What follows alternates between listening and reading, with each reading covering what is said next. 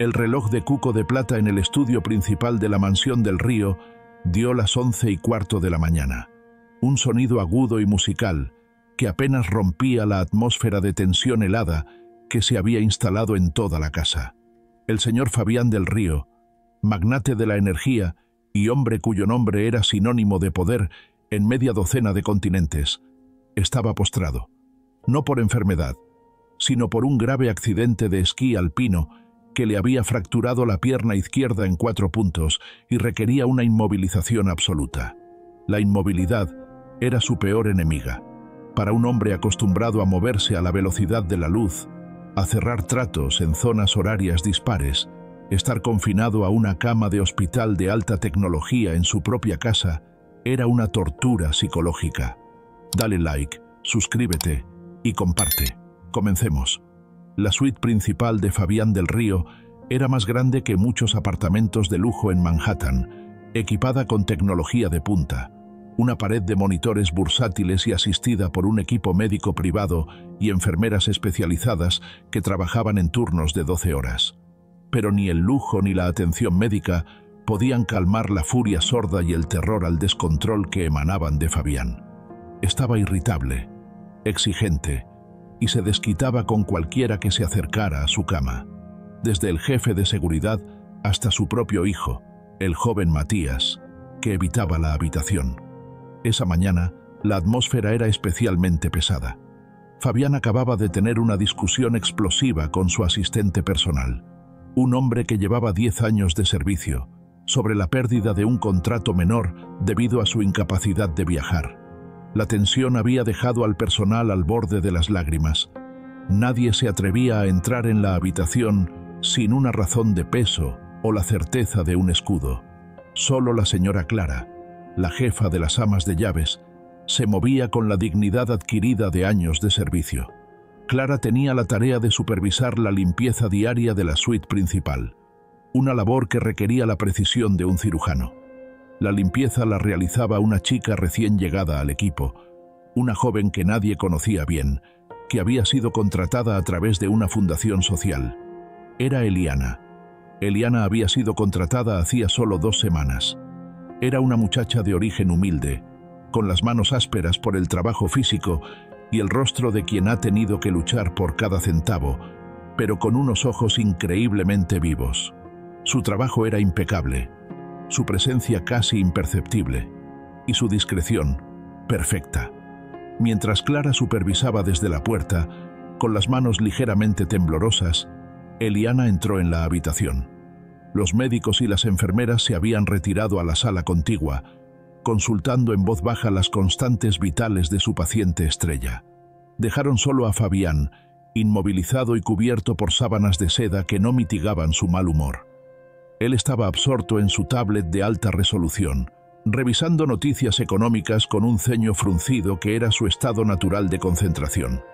Eliana comenzó su trabajo, puliendo las superficies de cristal y recogiendo con delicadeza las bandejas vacías del desayuno. Se movía silenciosamente, como una sombra bien entrenada. Sin embargo, en medio del silencio, el tablet de Fabián se deslizó de su mano. El millonario, frustrado por no poder coordinar el agarre debido a la medicación, lo vio caer con un golpe sordo al suelo de parqué. El sonido, aunque pequeño, resonó en la habitación, seguido por un exabrupto furioso y cargado de blasfemias de Fabián. «Maldita sea, no puedo alcanzarlo. ¿No hay nadie competente en esta casa? He perdido una cadena de pensamiento. Quiero ese aparato ahora», gritó Fabián, intentando moverse y gimiendo de dolor por el esfuerzo inútil. Su rostro se contorsionaba. La enfermera de turno se apresuró a entrar, pero Eliana fue más rápida. Sin mediar palabra, la joven se acercó y recogió el dispositivo del suelo. La pantalla estaba intacta. En ese momento, la enfermera se acercó para tomar el tablet y entregárselo a Fabián. Pero Eliana no se lo dio a la enfermera. Se acercó a la cama, sin permiso ni aviso, y ante la mirada atónita de Clara en la puerta y el rostro escarlata de Fabián, se sentó al borde de la cama, justo a los pies del millonario, con las manos en el regazo. Fabián la miró con una incredulidad furiosa. ¿Quién se creía esta empleada? esta intrusa, para sentarse en su cama, en su espacio más privado y controlado. ¿Pero qué crees que estás haciendo, criatura? Levántate de inmediato. Estás despedida. Llama a seguridad. No te atrevas a sentarte en mi propiedad, insolente. Tronó Fabián, intentando levantar la mano para activar el botón de alarma. Su voz vibraba con una amenaza palpable. Eliana no se inmutó, no tembló, ni derramó lágrimas por la humillación. Simplemente sostuvo el tablet de Fabián y lo miró directamente a los ojos. Su rostro era serio, sus ojos oscuros llenos de una convicción tranquila que chocaba frontalmente con el miedo y la sumisión de todos los demás. «No me iré, señor del Río». «Aún no», dijo Eliana, su voz suave pero firme, proyectada con una calma sorprendente. «Y no me levantaré hasta que me escuche. Usted puede despedirme, no me importa.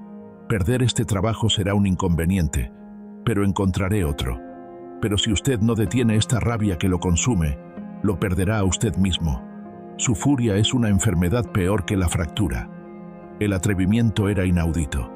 Clara, en la puerta, se llevó las manos a la boca, creyendo que la seguridad arrestaría a la joven en cualquier momento. La enfermera se quedó petrificada, sin saber si intervenir o correr. Fabián se quedó petrificado, más por el shock de la audacia que por el dolor físico. Nadie en años se había atrevido a hablarle así, a penetrar su armadura con una verdad tan sencilla. ¿Qué te hace creer que tienes derecho a darme sermones?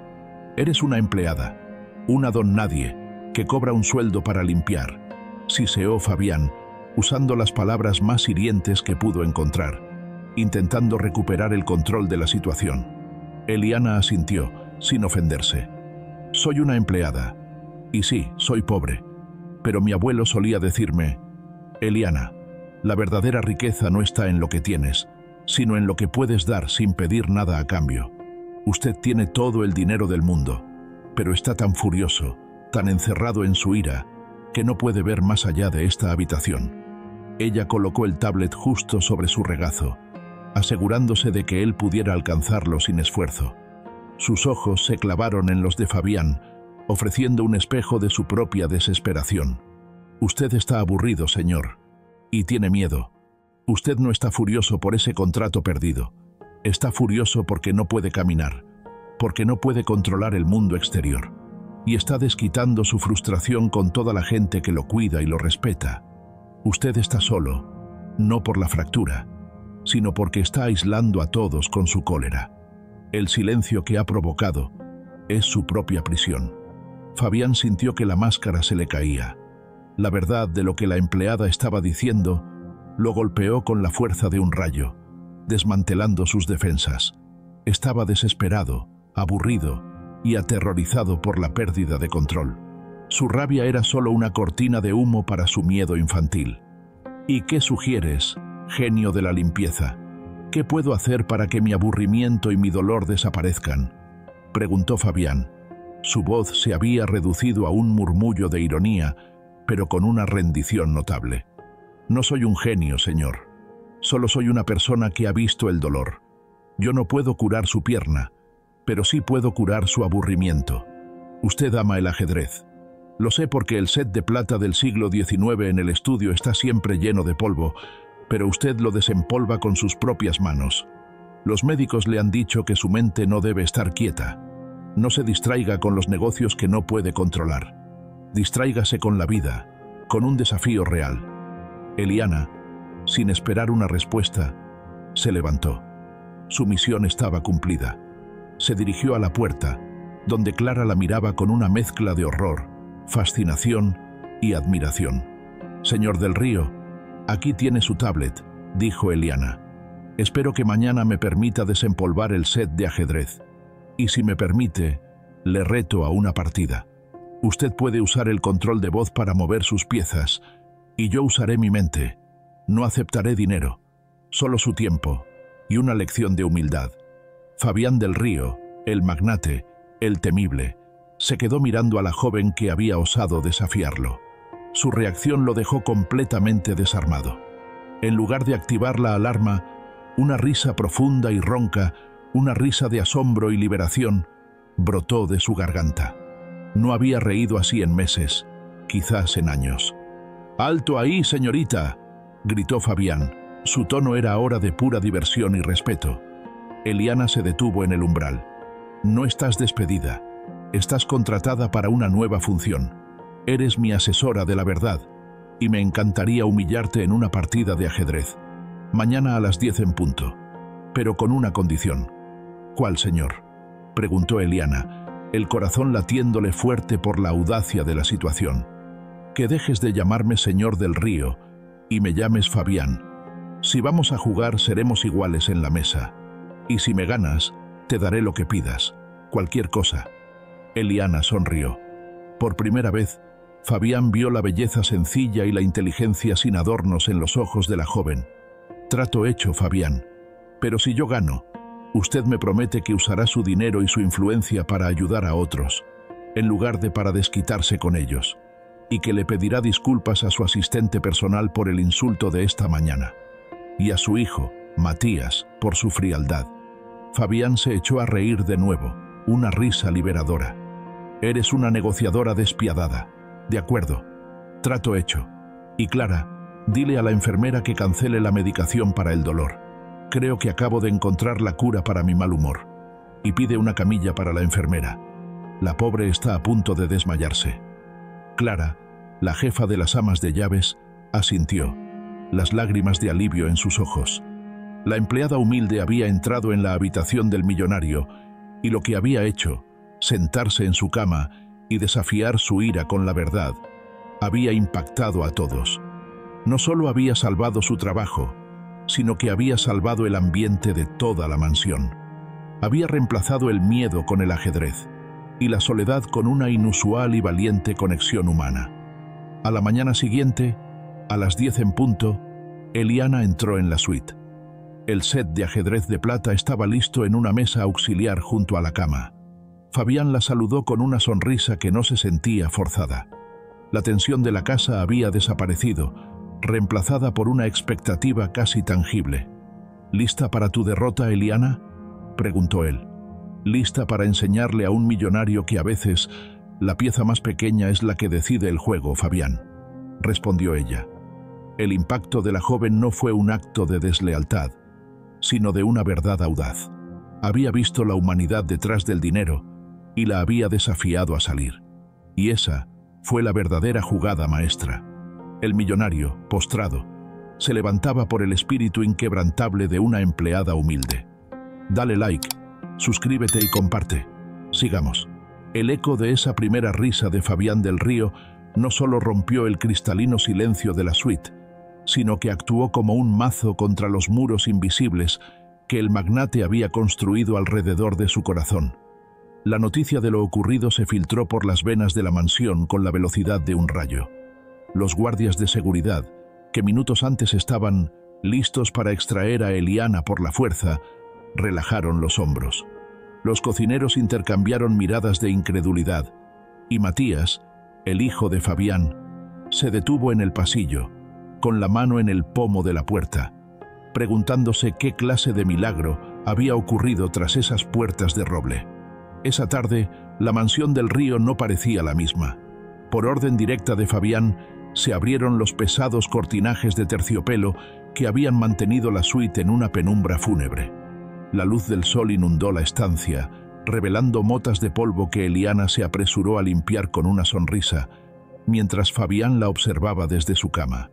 «No te distraigas con el plumero, Eliana», dijo él, aunque su voz carecía de la mordacidad habitual. «Mañana a las 10 espero una apertura agresiva. He estado repasando la defensa siciliana en mi tablet y no pienso tener piedad». Eliana, sin dejar de pulir un jarrón de porcelana, respondió sin girarse. «La piedad es para los que no tienen estrategia, Fabián.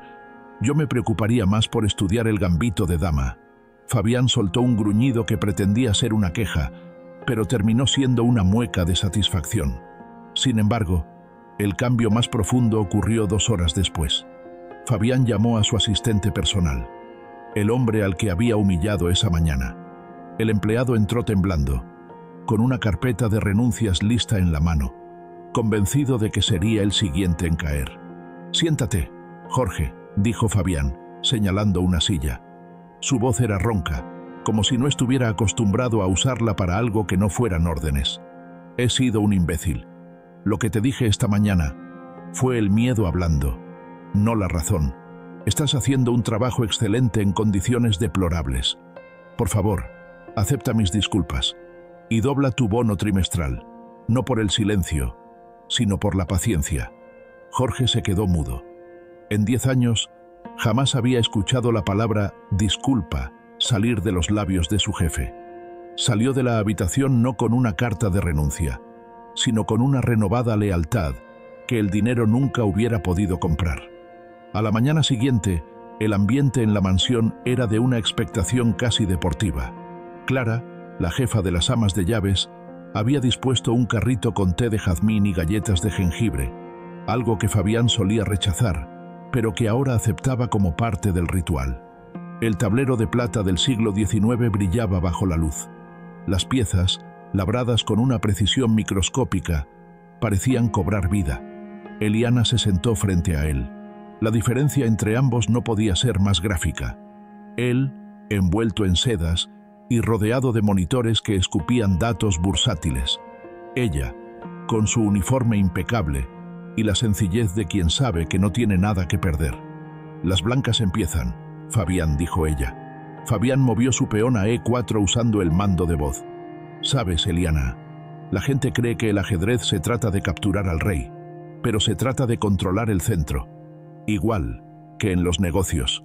Y en la vida», añadió ella, moviendo su caballo. «Pero a veces, por controlar tanto el centro, uno olvida los flancos. Olvida que un peón, si llega al final, puede convertirse en reina». La partida duró 3 horas. No fue solo un intercambio de piezas, fue un intercambio de almas. Fabián hablaba de su infancia, de la presión de heredar un imperio y del vacío que sentía cada vez que cerraba un trato millonario, y no tenía a nadie con quien celebrarlo de verdad. Eliana hablaba de su fundación, de cómo el trabajo duro le había enseñado a leer a las personas más que a los libros, y de cómo la pobreza le había dado una libertad que él, con sus miles de millones, no poseía. Al final, tras un movimiento audaz de Eliana que dejó al rey de plata de Fabián sin escapatoria, se hizo el silencio. «Jaque mate», susurró ella. Fabián miró el tablero. Había perdido. El hombre que nunca perdía, que devoraba competidores en el desayuno, acababa de ser derrotado por una chica que hace 2 semanas limpiaba sus suelos. Se quedó mirando las piezas un largo rato. El personal, apostado tras la puerta, contenía el aliento, temiendo una recaída en su furia. Pero Fabián simplemente extendió la mano, o lo más que podía estirarse, y rozó los dedos de Eliana. «Has ganado, y me has ganado bien. Ahora, dime, ¿qué es lo primero que vas a pedirme de esa lista de imposibles?» Eliana no vaciló. «Cumpla su promesa con Matías. Su hijo está en el jardín, mirando hacia esta ventana cada 10 minutos.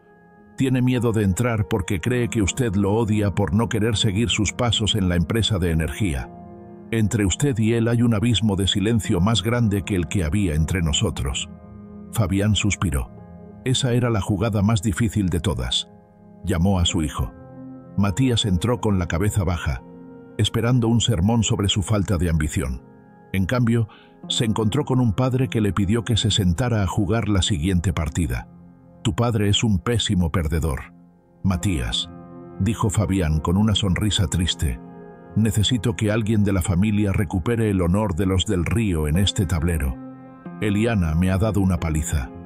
Matías levantó la vista, asombrado.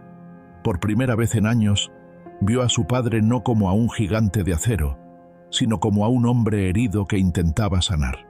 Esa tarde, el juego de ajedrez se convirtió en el puente.